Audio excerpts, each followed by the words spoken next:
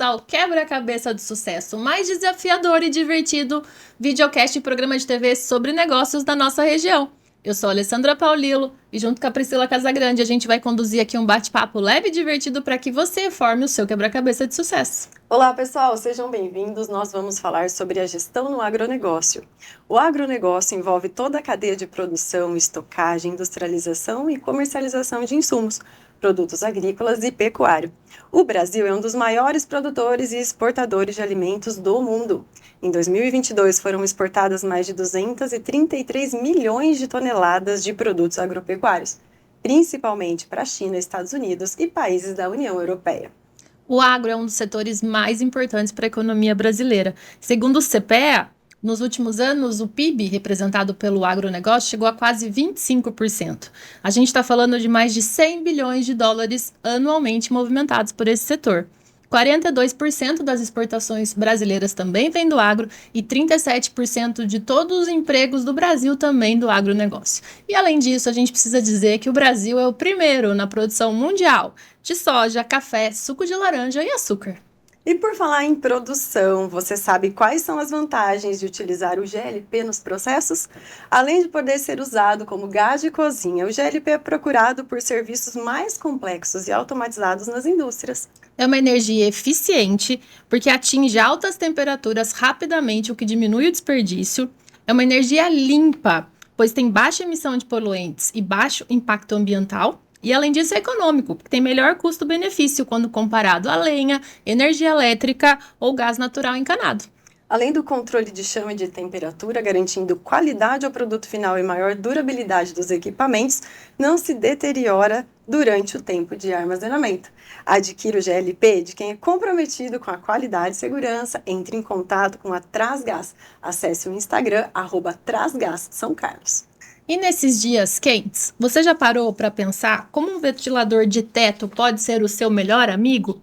É como se tivesse um aliado invisível para combater aquele calor e ainda dar todo um charme na decoração do ambiente. É tipo ter um amigo silencioso para trazer conforto? Um baita herói. Com sua qualidade, potência e versatilidade, o ventilador de teto da Latina Eletrodomésticos é a escolha certa para quem busca conforto, estilo e economia. Com matéria-prima de alta durabilidade, aerodinâmica desenvolvida em parceria com a USP, é silencioso e proporciona muito mais vento, garantindo uma ventilação adequada para todo o ambiente. E o que eu gosto muito é que além do controle de parede, ele tem um controle remoto. Fica muito mais confortável para a gente utilizar. Então, acesse o site da Latina, latina.com.br e veja todas as cores disponíveis. Latina, seu momento, nosso eletro. E se você está construindo ou reformando e chegou na fase final da sua obra, atente-se às cores de porcelanato para a sua casa, afinal, eles ajudam na composição do seu ambiente. E aí, quando a gente fala em escolha de tons, os tons neutros são uma ótima escolha para os ambientes. A gente pode escolher ali o branco, o bege, o cinza e até o fende. O porcelanato claro é indicado para ambientes pequenos, porque ele traz uma sensação de amplitude. Já se você gosta de tons escuros, como o preto, marrom ou o cinza escuro, utilize apenas na sala de estar e lembre-se que não são indicados para ambientes pequenos. E na sua sala, além do piso, você pode usar os revestimentos também na parede.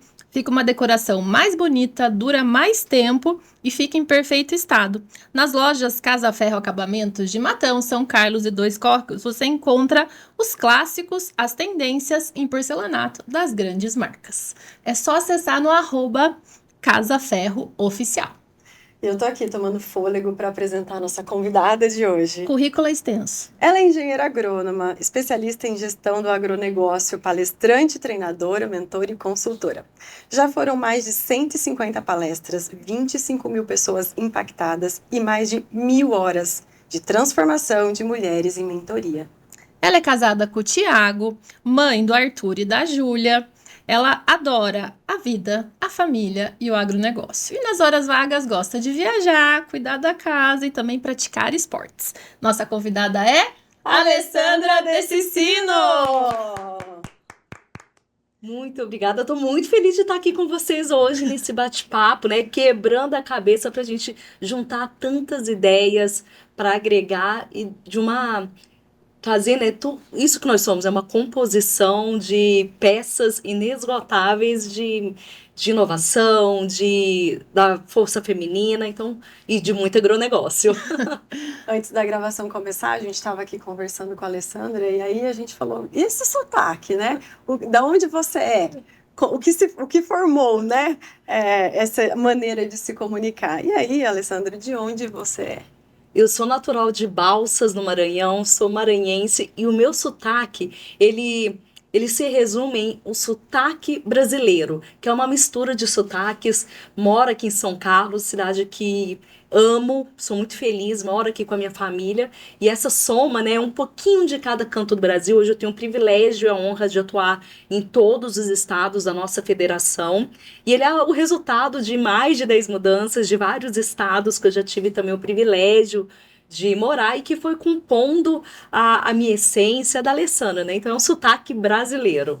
E a Mas- sua infância, como é que foi? Eu ia falar, a infância foi no Maranhão ou acabou sendo em várias cidades? Porque, né? Foi em várias cidades. Os meus pais, eles tiveram carreira bancária, né? Então, meu pai era gerente do Banco do Brasil. Então, o que que acontece?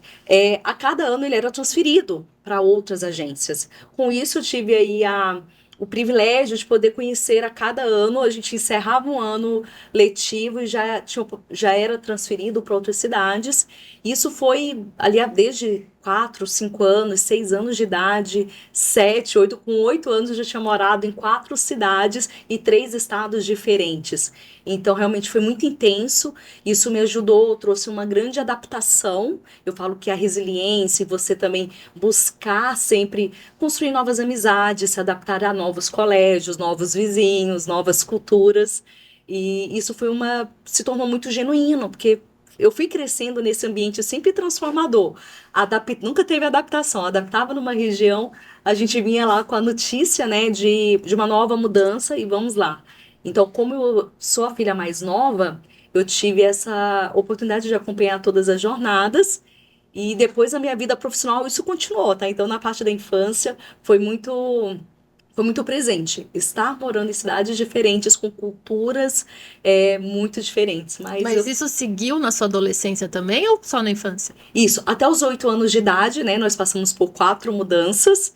Aí, dos 8 até eu me formar na faculdade, nós ficamos estabelecidos em Goiânia, que foi a cidade que eu cresci, que eu me formei como engenheira agrônoma. Então, assim, toda a minha parte de infância, adolescência e até a minha formação, aí foi em Goiânia. E depois eu voltei para a estrada novamente. E como é que foi a escolha da profissão, né? Porque Posso só fazer Claro. uma pergunta antes? Você tinha dificuldade de se conectar com as pessoas em tantos locais que com você esse passou? jeito dela, acho que não. Ou isso sempre foi muito fácil para você? É uma coisa que desde criança tá com você? Desde criança. É muito interessante que minha mãe, né, meus pais falam assim, eles brincam que desde pequena eu conversava pelos cotovelos, eu sempre fui muito comunicativa.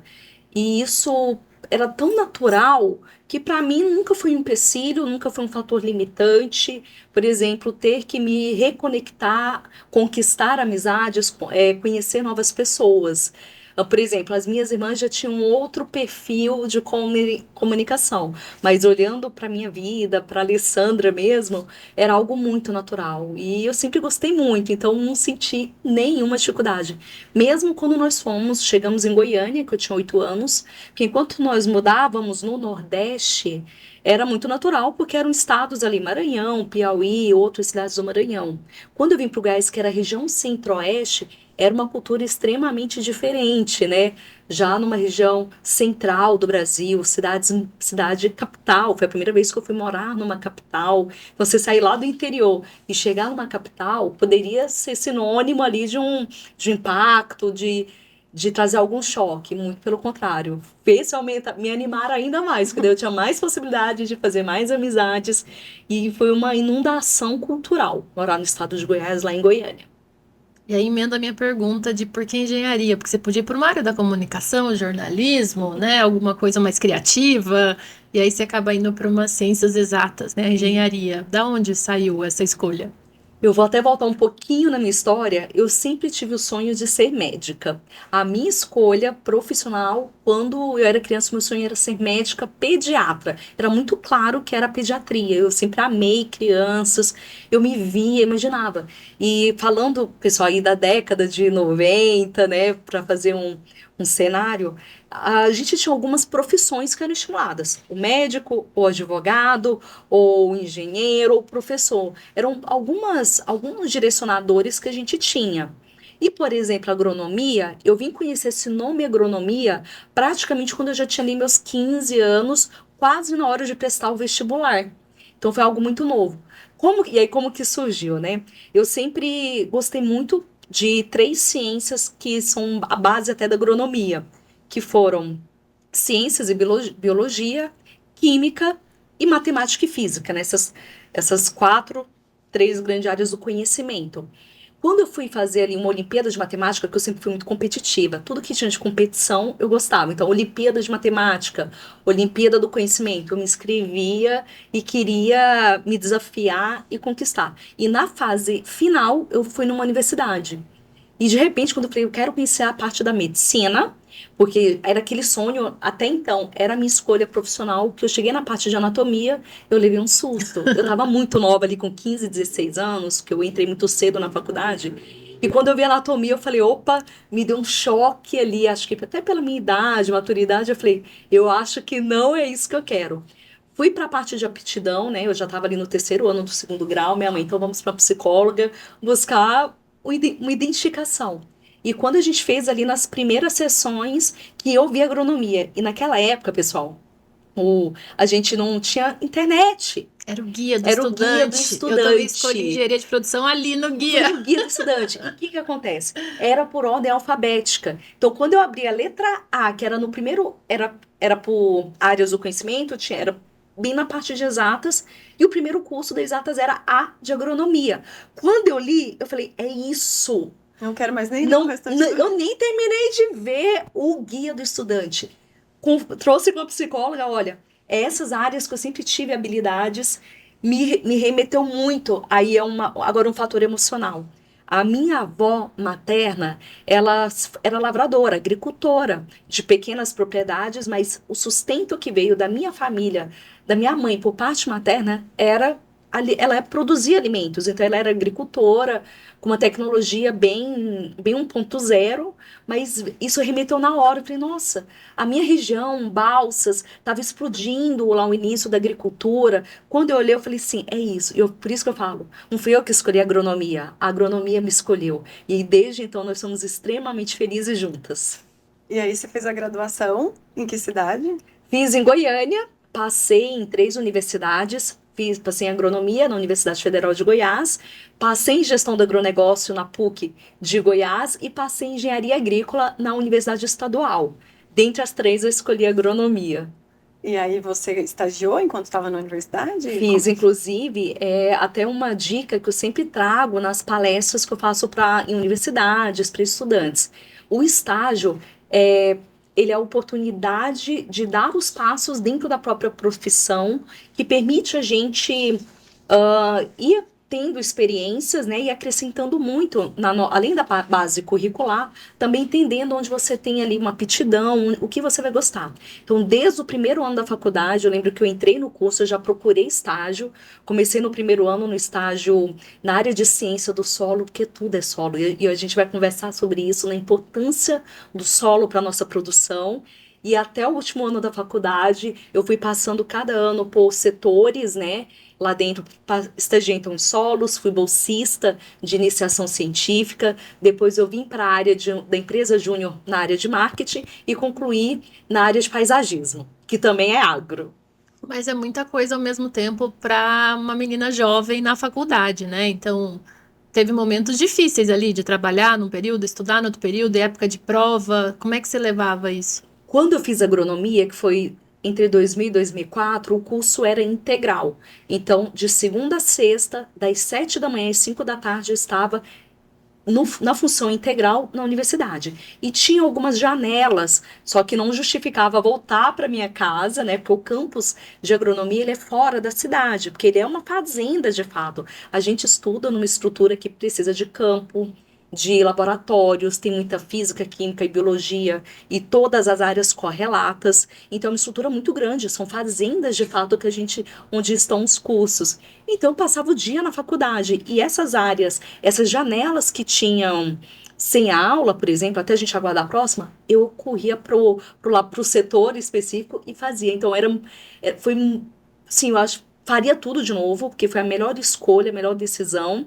Era interessante porque eu conseguia ter contato com os professores, com os docentes e desenvolver pesquisa, né? Até para ver aquilo onde que se aplicaria lá no principal que aponta que é o produtor e a produtora rural. Você Então, é do foi tipo que não ótimo. precisa estudar muito. Você presta atenção na aula e aquilo basta. Sou Você muito ainda estuda- dedicada. Ainda estudava, ainda ia para a biblioteca estudar.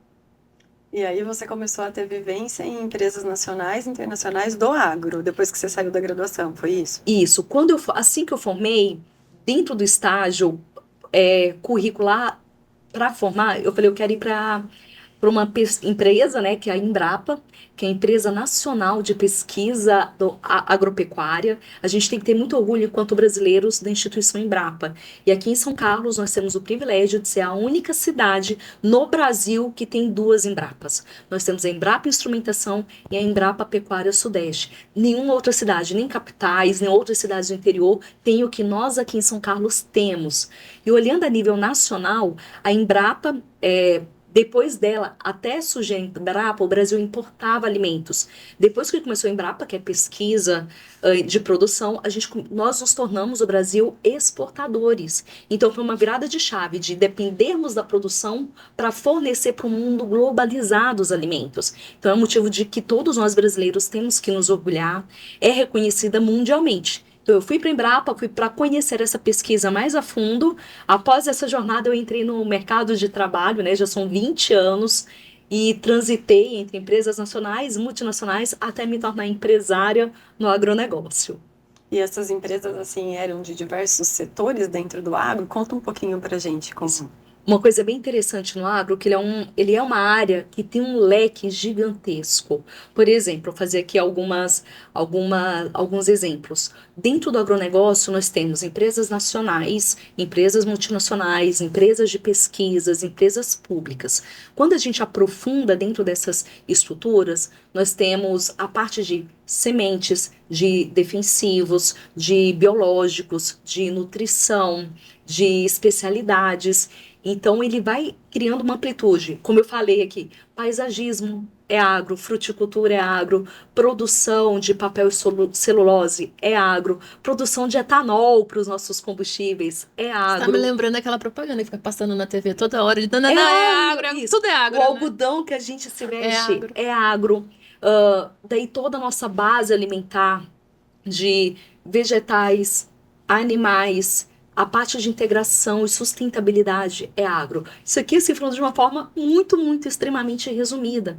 Então isso mostra o quão amplo ele é. Voltando aqui para a jornada, empresas nacionais e multinacionais, eu voltei para o Maranhão, para minha cidade de origem, que estava começando, ela já estava explodindo na parte de produção. E foi assim, sensacional, porque eu já tinha uma certa familiaridade, por ser a minha região de raiz, a minha base da minha história. E fiquei lá construindo uma jornada gigantesca com empresas muito importantes e relevantes. E volto lá sempre, né? Sou convidada, contratada para continuar fazendo um trabalho no desenvolvimento do Maranhão na parte do Mas agronegócio. qual era seu papel de fato quando você volta para o Maranhão? Qual era o seu trabalho? Isso. Lá eu iniciei numa grande fazenda produtora, né, produtiva das culturas de soja, de milho e de algodão. Nesse período da fazenda, eu tive acesso e conhecimento ali a toda a parte de alta tecnologia. E o Brasil, ele é líder na parte de tecnologia produtiva mundial, o que nós produzimos, como nós produzimos e preservamos. Depois da fazenda, eu vim para a área comercial, e essa área comercial é como? É fazendo a parte de assistência técnica para os produtores, fazendo toda a parte de planejamento, manejo, recomendação técnica, acompanhamento dos cultivos. Imagina você trabalhar, você que é da área de produção ali, numa fábrica a céu aberto. Isso é o agronegócio. A gente trabalhar numa fábrica aberta, onde a gente não tem controle sobre a chuva, na área de sequeiro, não tem como repetir 50 milímetros, 100 milímetros. Quando a chuva vem, ela vem de verdade, seja abaixo ou acima. Por isso que a gente utiliza as áreas irrigadas com os pivôs para poder fazer um controle de água, por exemplo, é um ser vivo, né? Tanto a parte das culturas, das lavouras, quanto a parte dos animais. Então a gente trabalha com uma fábrica viva e isso é sensacional. É bastante emocionante. Meu pai, por muito tempo, meu pai já era agrônomo. Que legal! E aí, muitas vezes eu via meu pai, precisa chover, tá na hora disso. Precisa cortar chuva. Aí na hora de colher não pode chover.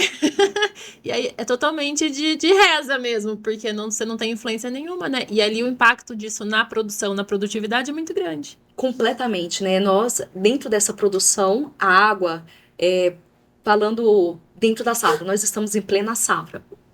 O que caracteriza a safra? É o período onde a gente utiliza a chuva que vem do período chuvoso, né? Então, nós temos quatro estações climáticas, primavera, verão, outono e inverno, e nós temos a chuva que começa no final da primavera, que é a estação que nós estamos, e estamos adentrando o verão. Então, a safra é esse plantio que a gente planta na primavera, verão. Quando essa chuva, a gente termina o primeiro cultivo, a gente vem para essa segunda etapa, que a gente pega ali o final do verão e vê o início do outono, que a gente pega o final da chuva na área de ali que a gente chama de segunda safra ou safrinha. E em regiões aqui no Brasil a gente consegue a terceira safra ou irrigada, que é o único país no mundo que consegue cultivar 3 vezes na mesma área com eficiência produtiva. É o Brasil. Impressionante, né? Onde o Brasil está chegando e crescendo essa tecnologia, né? Por isso nós somos líderes. Um trabalho muito sério, muito dedicado, trazendo tecnologias, compromisso, empregos, tecnologia, produção de alimentos que ajuda na segurança alimentar global. Hoje o Brasil ele produz alimentos tanto para a nossa utilização dentro do nosso país, quanto para exportação para mais de 150 países, então é uma relevância gigantesca. A bola da vez produtiva no mundo se chama Brasil, os países todos estão acompanhando e investindo, incentivando, que realmente aqui é um celeiro de produção de alimentos do mundo. Quando a gente fala da sua história, então eu vejo que teve assim toda a parte de pesquisa, a parte científica na universidade, aí você vai para uma fazenda onde você tem a vivência prática e depois você vai para assistência, que daí é ajudar a fazer a gestão de tudo isso, né? Eu queria entender um pouquinho de quais aprendizados em cada área dessas para você construir a tua carreira, então. Isso, então, assim, a pesquisa, né? A primeira grande avenida que eu tive, que foi a pesquisa, foi justamente para vivenciar essa importância da busca constante de produção de alimentos. Quando a gente analisa os últimos 50 anos do Brasil, né? Final ali da década de 70, por exemplo, década de 70 e 80, 70 principalmente, o Brasil, ele tem essa virada de chave entre deixar de ser importador para se tornar exportador. Qual que foi o grande segredo aí dentro dessa área? A Embrapa, na sua pesquisa, com cultivares, que são ali as variedades das plantas, no caso de soja, dos híbridos, nos milhos, cada vez mais adaptados. A gente vai trabalhando selecionando as melhores que se performam melhor. Com isso, eu tenho áreas mais produtivas. Então, quando eu melhoro uma produção que era 10 e passa a ser 100, eu consigo otimizar uma maior disponibilidade de alimentos. Então, isso é constante. Porque o que a gente quer? A nossa área de solo ela é limitada. Então, a gente tem que ser mais eficiente numa mesma área de 1 hectare, que são 10 mil metros quadrados, para a gente fazer aqui um cálculo, né? Ela precisa se otimizar, porque as pessoas crescem, mas o mundo não cresce. A população mundial, hoje nós somos 8,2 bilhões de pessoas, e em 2050 seremos mais de 10 bilhões de pessoas. Como produzir mais alimentos no mesmo mundo? Que a gente não tem como agregar mais área no nosso planeta. Novos planetas. Não tem como a gente acoplar, fazer não tem como. Então, onde que a gente precisa? Eficiência produtiva. Então, esse foi o primeiro grande aprendizado nessa avenida da pesquisa. Quando eu vim para a segunda área, que foi a da produção de alta tecnologia, como fazer um planejamento eficiente, como crescer na parte de de ser eficiente na parte de grandes áreas, né? Então, imagina o desafio. Se para eu conseguir plantar em 100 hectares, eu tenho um desafio, imagina você plantar em 50 mil hectares. Numa área que depende de clima, porque a chuva não tem como a gente pausar, as áreas, elas têm variedades, né? Então, uma área, vou olhar aqui, né, de São Carlos e Ibaté. Se aqui em São Carlos chove, não necessariamente Ibaté, que está aqui há 20 minutos, vai chover. Imagina numa fazenda de uma área grande, essa mesma influência climática. Então, quando eu vim para a fazenda de grande produção, eu fui entendendo na prática, né, essas particularidades e muita influência da parte técnica.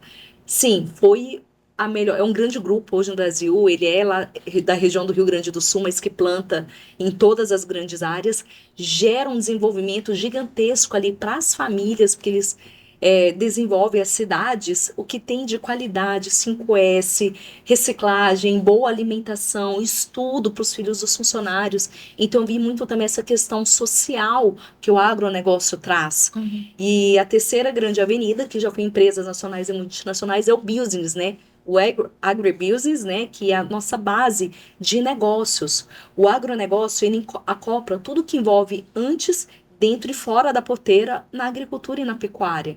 Então, toda a cadeia que a gente tem de suprimentos, de logística, supply chain, insumos, pessoas, pesquisa, do produto sair lá da fábrica até chegar num produtor rural. E depois desse produtor rural, até vir para uma agroindústria. Da agroindústria, depois até tá na gôndola do supermercado. Então, o produto, o alimento, ele não nasce na gôndola. Ele precisa, antes de tudo, de ter um produtor rural produzindo a matéria-prima.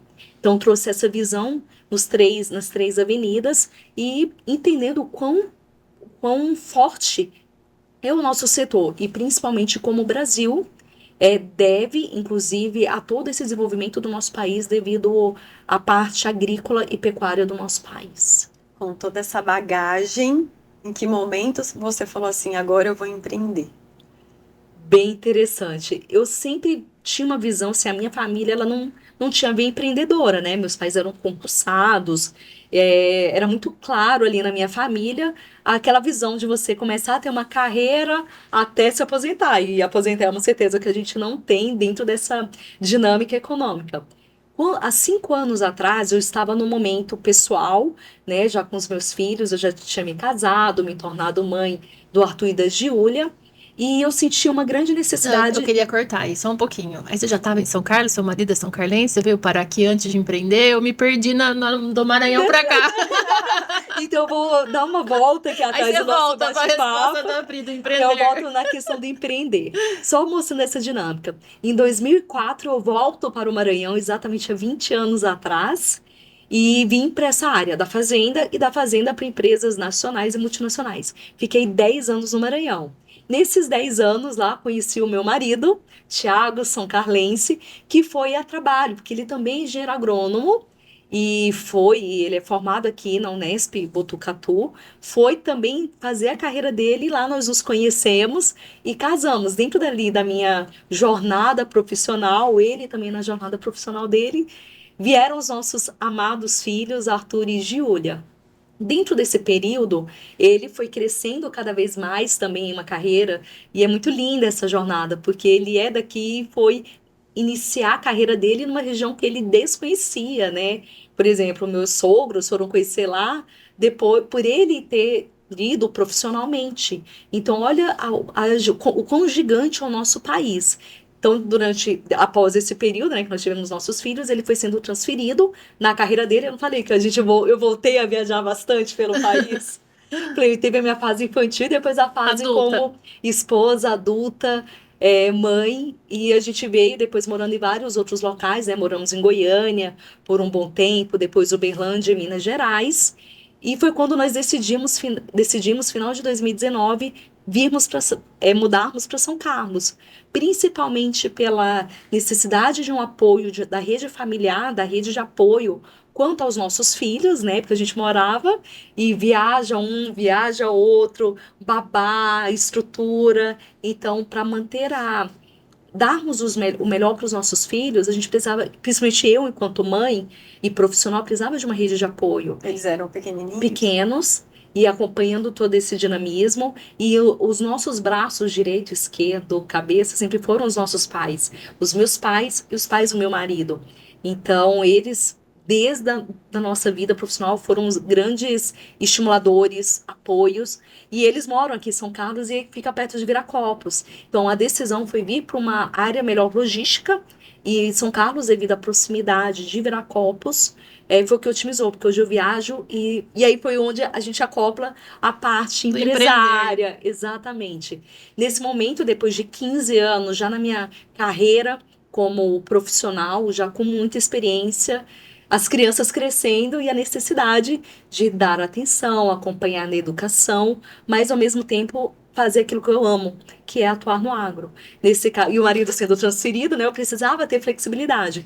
Foi quando eu encerrei naquele momento a minha carreira como CLT, abri a minha jornada como empresária e nasceu a Geagro, né, que é uma empresa de soluções em consultorias, treinamentos, palestras e mentorias no agronegócio. E com isso eu passei a dominar, né, ter maior domínio sobre o meu tempo. Para a Alessandra, mãe, esposa, dona de casa, conseguir performar com muita dedicação e maestria. Mas quando você fala agro, é muita coisa, né? Tinha algum nicho que você começou a atender no começo? Tive. Eu comecei lá na área profissional mesmo, na área de comercial, de uma distribuição. A distribuição, a revenda, ela é um comércio, ela é uma representação de marcas que ela leva para o produtor as soluções em sementes, insumos, tudo que é necessário para o produtor produzir. E ele precisa ter profissionais técnicos, engenheiros agrônomos, veterinários, zootecnistas, técnicos para fazer essa recomendação, esse acompanhamento, a recomendação técnica de uma forma que agrega técnica e oferta dos insumos. Então, essa parte comercial, técnica, foi onde eu dediquei mais de 10 anos da minha carreira. Quais foram os desafios, então, desses primeiros momentos como empreendedora? O principal desafio foi quando eu me tornei empreendedora, que eu abri a minha empresa, veio a pandemia do Covid, que foi isso, nós vamos completar agora praticamente 5 anos, né? No início de 2025, e o mundo não sabia o que era Covid. Imagina, eu estava com uma empresa nascendo, com todo um planejamento para ser realizado. Mas esse desafio foi o que se tornou a minha grande oportunidade, porque eu já estava no digital desde 2017, 2018, eu comecei a aquecer as minhas redes sociais, principalmente o Instagram.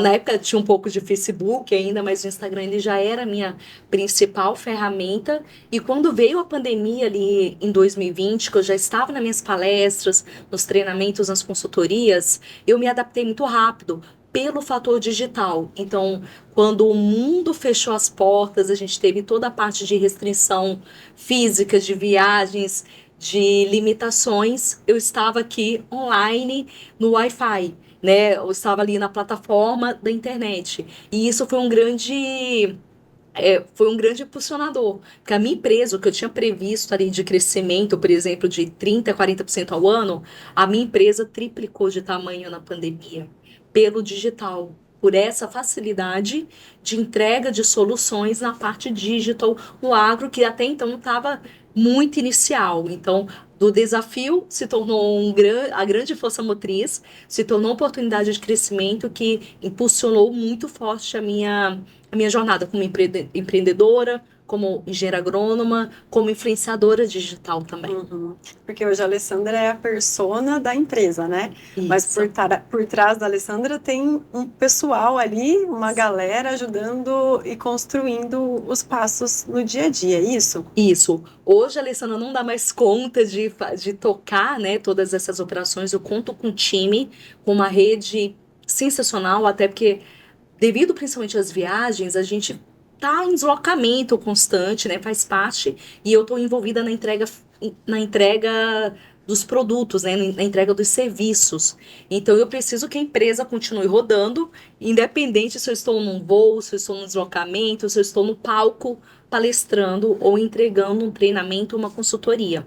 Então hoje eu conto com pessoas que me ajudam tanto da parte de do digital, quanto da parte de assessoria, para que toda essa dinâmica cresça. E estamos aqui com grandes planejamentos para em 2025, que em breve eu vou poder compartilhar com vocês. Uau! E aí veio a líder, Alessandra, né? Porque é um desafio ser líder de todo esse pessoal, né? E a liderança, eu trago muito isso, principalmente aqui, até quando eu fui olhando, né, todas as peças do quebra-cabeça, eu lembrei que a Alessandra líder, ela não nasceu quando eu me tornei empreendedora. Ela é desde criança, desde os 2 aninhos, 3 aninhos, que ela tinha que ir se destacando para se adaptar, para poder se comunicar, para fazer novas amizades, para fazer amiguinhos no colégio, amiguinhos na rua. Gera uma liderança, né, sendo polida, sendo lapidada desde a minha infância.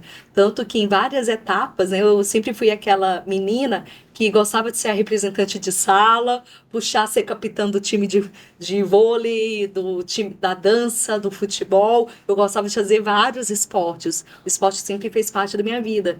E hoje, quando eu analiso a jornada, eu falo, gente, eu já era uma líder buscando, não deixava o time, influenciando, motivando outras meninas, outras pessoas. Quando a gente tinha que se posicionar sobre algo com a direção do colégio, sempre gostei de estar à frente. Depois, quando foi dentro da profissão, isso está muito vinculado, que é onde eu quero chegar, da parte da liderança, na atuação feminina no agronegócio. O setor do agro, tradicionalmente, ele era um setor conservador e masculino. E até em vários momentos, você ser uma agrônoma de campo, técnica, era até assustador, assim, para áreas que até então você não via presença feminina. Então é interessante que um dado que nós temos em universidades, falando em 2000, quando eu entrei no curso de agronomia, é que não chegava a 10% o número de mulheres alunas matriculadas no curso de agronomia. Hoje, 25 anos depois praticamente, nós já temos meio a meio, 50% de alunos matriculados e em algumas universidades até mais mulheres matriculadas. Então eu falo que isso também foi uma jornada de desenvolvimento da liderança, porque a Alessandra se torna uma pessoa que atuou a campo, atuou na pesquisa, atuou na área comercial, foi crescendo na sua profissão, chegou na área empreendedora, 100% vivendo do agronegócio, da agricultura, da pecuária, e se torna uma interlocutora, inspirando, trabalhando e desenvolvendo novas mulheres a executarem o seu melhor. Então, essa é onde coroa, né, a liderança e que, ao mesmo tempo, me projeta, sempre estou olhando qual que é o caminho que eu posso inspirar ainda mais essas mulheres olhando no futuro. Porque não é só de negócios que eu estou falando, é da mulher que tem seus sonhos, tem seus desejos, tem assim como eu me tornei mãe, esposa, eram grandes sonhos na minha vida, me tornar também empresária, ter uma carreira de sucesso, ser reconhecida por isso. Então, quando eu olho para o futuro, que eu vejo até minha filha e novas meninas vindo, profissionalmente falando, é construir esse legado, porque quando eu iniciei, não tinham essas referências, então hoje eu posso ser referência de mais mulheres no setor do agronegócio. E dentre todas essas Alessandras, em que momento que surge a Alessandra Palestrante? A Alessandra Palestrante, ela surgiu... a parte de apresentar tecnicamente produtos sempre fez parte da minha atuação enquanto comercial, porque eu tinha que atuar como assistência técnica e também estar falando lá sobre os produtos, lançamentos, moléculas, princípios ativos. Então, eu sempre tinha que me posicionar explicando tecnicamente para os produtores, em eventos, em dias de campos, que fazem parte da nossa dinâmica do agro. Então, como palestrante técnica, sempre teve ali, mesmo que em ambientes, em ciclos menores, presentes. Quando eu me tornei muito presente ali no digital, começou as lives, né? Tinha muita live ali em 2019, e eu comecei a fazer lives, a trazer, me aproximar do público. Mas quais eram os assuntos nesse começo? O agronegócio. E é isso que traz essa amplitude. Mas de maneira geral, os números?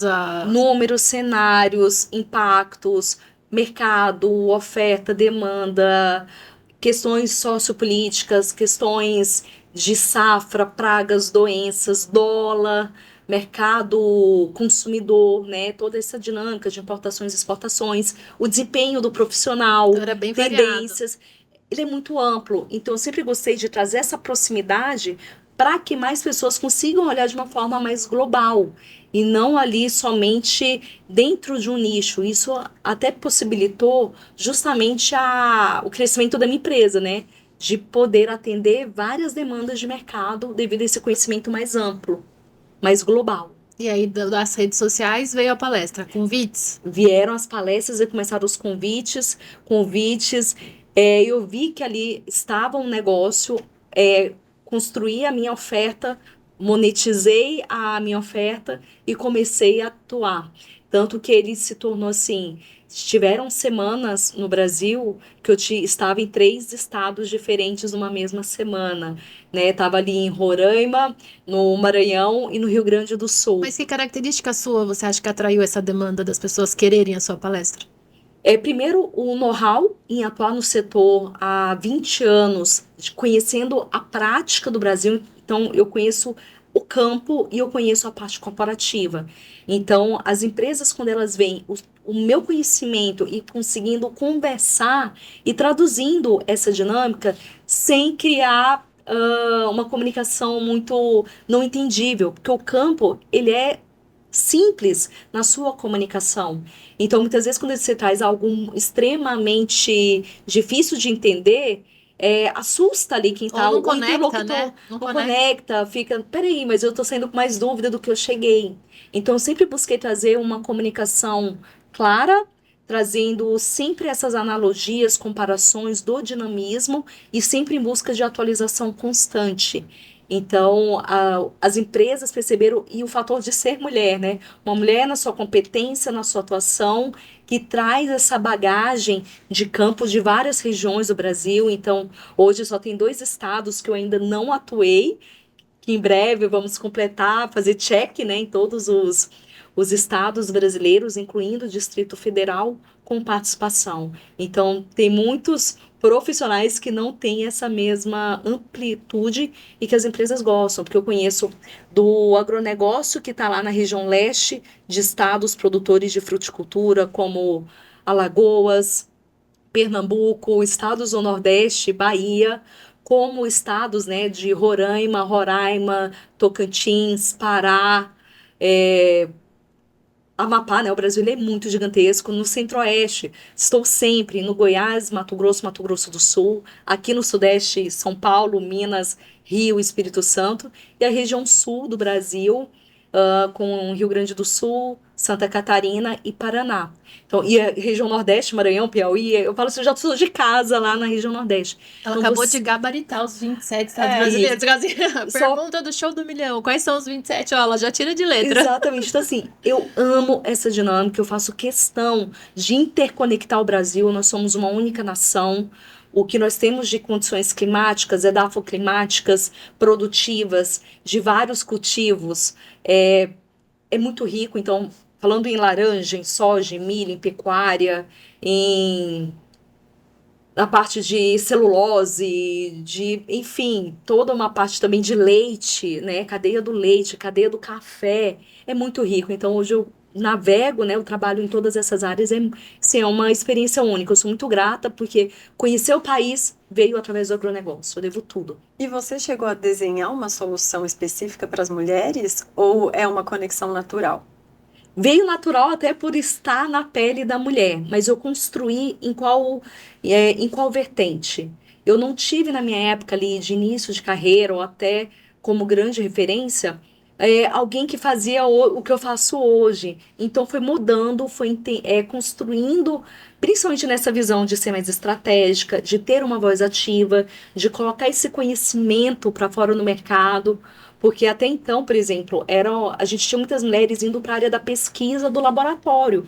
Não tinha as mulheres na área comercial, como a gente tem hoje, em todo o Brasil, um crescimento muito grande delas devido às suas competências entregas. Então, construir esse modelo, mostrar esse caminho e o que fazer e o que alcançar com essa forma de atuar, de se posicionar, de se comunicar, ajudou a modelar para que elas falam, se a Alessandra conquistou e alcançou, eu também posso. E isso eu trago através das mentorias, modelando, pegando na mão e ajudando elas a alcançarem a melhor performance que elas podem alcançar. A gente vai te passar um desafio agora, que é dentre essas peças de quebra-cabeça que estão sobre a mesa, escolhe 3 que fazem mais sentido para você na sua trajetória de sucesso até aqui. Pode mexer, pode bagunçar, pode pegar as peças. A gente vai dar uns recadinhos e a gente já volta para saber as peças que você escolheu. Já começou a cuidar mais da sua saúde em 2025? Uma alimentação saudável faz toda a diferença no seu dia a dia. Que tal saber mais sobre alguns cortes de carne para compor as suas receitas? O corte chamado peito tem uma textura firme e é uma ótima opção para preparar carne de panela, ensopados ou picadinhos. Já o filé mignon é uma carne mais macia, mais nobre, suculenta e é livre de nervos, gordura e ossos. E aí você pode usar naqueles bifes mais altos, bifes mal passados, em pratos mais requintados, no rosbife, no estrogonofe. Quanto ao contrafilé, um dos favoritos da cozinha brasileira, tem o seu sabor delicioso e ele é de fácil preparo. Ele é bem parecido com o filé mignon, portanto também é uma ótima opção para grelhados e pratos requintados. Visite a Boutique da Carne Siltomac em São Carlos, na saída para Descalvado, ou então peça pelo delivery, pelo WhatsApp ou no QR Code que aparece aqui na tela e receba aí em qualquer cidade da nossa região. Agora eu quero te convidar a imaginar um acessório. Aquele que sintetiza o sucesso, reforça a identidade e instantaneamente ele melhora o look de um homem. A gente está falando das gravatas, que são mais do que um simples detalhe. Elas são a expressão máxima da elegância masculina, um símbolo de sofisticação. Mas como escolher a gravata certa? Essa é uma dúvida que a gente ajuda a resolver. Se a cor da camisa for neutra, você pode optar por quase todas as cores de gravata. A gente indica que você use um contraste de claro e escuro. Agora, se você não quer errar e quer uma combinação bonita e segura, a camisa branca com a gravata cor de vinho é uma bela escolha. No entanto, camisas com listras ou algum outro detalhe pedem gravatas de cores lisas ou com estampas que não entrem em conflito. Para um toque de ousadia, gravatas em tons verde, esmeralda ou azul turquesa, ou ainda o laranja, podem adicionar um charme, sem comprometer a elegância e compor o look. Quer mais dicas como essa? É só ir até a High Steel aqui em São Carlos que a gente te ajuda a escolher o melhor look para você arrasar em qualquer evento. A High Steel está aqui na Episcopal 2.200 e você também acessa pelas redes sociais no @High Steel São Carlos Oficial. High Steel, a evolução do poder de se vestir bem. Conseguiu escolher suas peças? Escolhi, dá vontade de pegar todas as peças, que realmente eles são sensacionais. Por isso que é o desafio. Tinha certeza que você ia falar isso? Não, porque a gente acha que é um desafio, o convidado vem e fala, é muito fácil escolher 3 peças. Falou, acabou com a minha fala de desafio. Eu pegaria todos, sem sombras de dúvidas, mas como desafio dado, missão dada é missão cumprida, escolhi os meus 3. Pedir para você mostrar a primeira para a câmera e explicar o porquê. Paixão que eu sinto pelo agronegócio, a paixão pelo que eu faço, mas principalmente é a paixão de produzir alimentos de uma forma sustentável para o mundo. Então, o agronegócio ele é movido por paixão. Quando a gente planta uma safra, planta uma semente, a gente não tem controle sobre pragas, doenças que poderão acontecer, sobre a chuva, sobre o sol. Então, e o que nos move, aquilo que nos faz, é uma paixão que se torna amor. E isso é muito genuíno quando a gente conversa, está lidando, acompanha no Brasil inteiro e fora do Brasil, a gente vai a outros países. O agricultor, o produtor rural, ele ama o que ele faz. Eu acho que isso é sensacional, como a profissão está vinculada com a profissão, né? A profissão está vinculada com o nosso sentimento e a gente passa isso entre gerações em um legado muito forte. E tem uma característica também do agro, né? Muitas vezes são negócios familiares. Isso. Então ainda tem essa conexão emocional, não é? Tem, mais de 90% das empresas no agronegócio são familiares. E falar de empresas familiares, são empresas que estão evoluindo na sua profissionalização, são empresas que trazem muito forte essa paixão, esse legado, que começou com um pai, com um avô, com uma geração pioneira lá atrás e que veio trazendo para as novas gerações o amor né, por cultivar a terra ou por trazer soluções para o setor produtivo no país. Então, isso, quando a gente vai no campo, a gente sente isso muito forte. É lindo e muito motivador. A gente vê isso aqui, né? Várias empresas de diferentes segmentos, né? Que estão passando de geração para geração, essa necessidade da agora dos filhos ou netos realmente terem que se profissionalizar, porque o mercado mudou completamente. Isso acontece no agro também. Muito, né? Então, assim, falando a nível empresarial, a nível produtivo das propriedades, e eu vou até fazer um adendo nessa parte da paixão, que o setor do agronegócio ele sofre muito com fake news, com informações erradas que vêm numa base comunicativa que desconhece o que a gente faz. Então, como que a gente corrige isso, educa a nível para toda a sociedade, seja na educação, nas escolas, na sociedade, para todos nós, seres humanos, porque tudo a gente depende. Para você comer, beber, a cerveja depende de um produto rural, um churrasquinho, um vegano, né, uma alimentação vegana, uma alimentação carnívora, o arroz com feijão, com a salada, Até com o as bacon da frutas. Priscila. O bacon é agro, a feijoada, a roupa, a meia, o sapato que vem o couro, a bolsa, Seda. a seda super nobre. Quando a gente vem para o papel do material escolar, a madeira do lápis na celulose, a gente tem aqui indústrias. Então, tudo isso é agro. Tudo que de fato é agro, porque em algum momento a gente precisou de uma base produtiva. Então, voltando aqui para a paixão, como superar os desafios, né, que tem para as novas gerações, para que elas vejam esse legado, superem essas informações errôneas de fake news que acometem, né, não é só o nosso setor, mas a gente sente muito esse impacto e que eles se conectem à base, à raiz das suas famílias para continuar essa história, essa trajetória. Isso gera empregos, isso gera renda, isso gera impostos, isso gera desenvolvimento para o país. E a segunda peça? Liderança.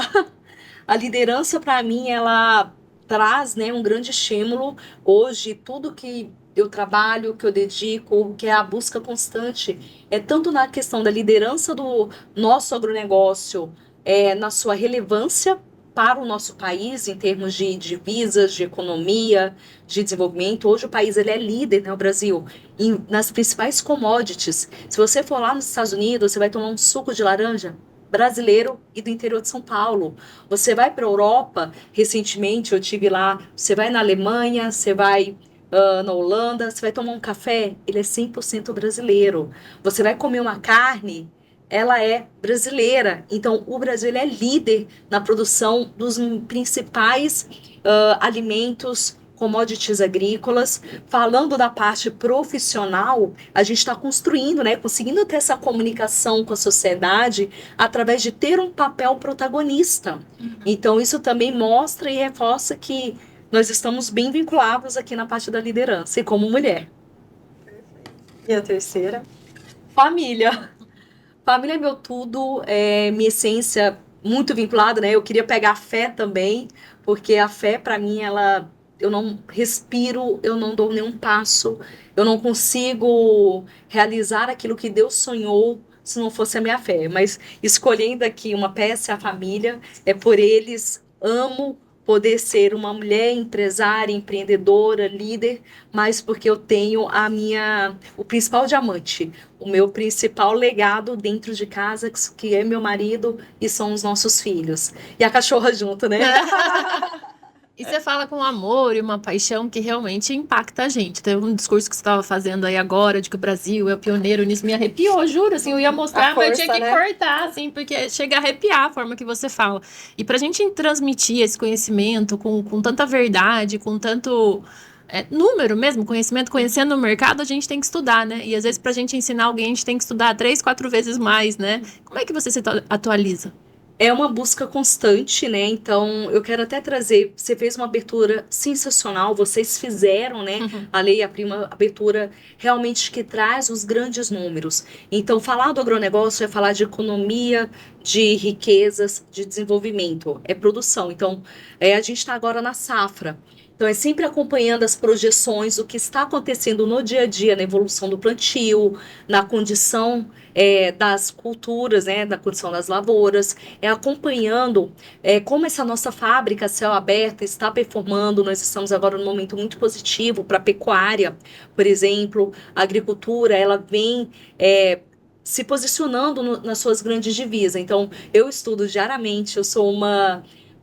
sim, é uma curiosidade nata, e isso depende da minha empresa, porque eu sempre estou olhando todo o movimento global lá fora dos outros países, e o Brasil, que é gigante em todas as suas regiões. Por exemplo, cada semana eu consigo estar no estado, né, quando eu estou de viagem, então eu sempre faço uma imersão na cadeia produtiva daquele estado e trago toda essa inteligência de mercado, essa inteligência comercial para o dia a dia da minha empresa e do que eu aplico nos treinamentos e nas consultorias. Olha, a gente tem pouquíssimo tempo, mas eu não posso deixar de fazer a pergunta do uso da tecnologia no campo. Como é que você vê isso avançando?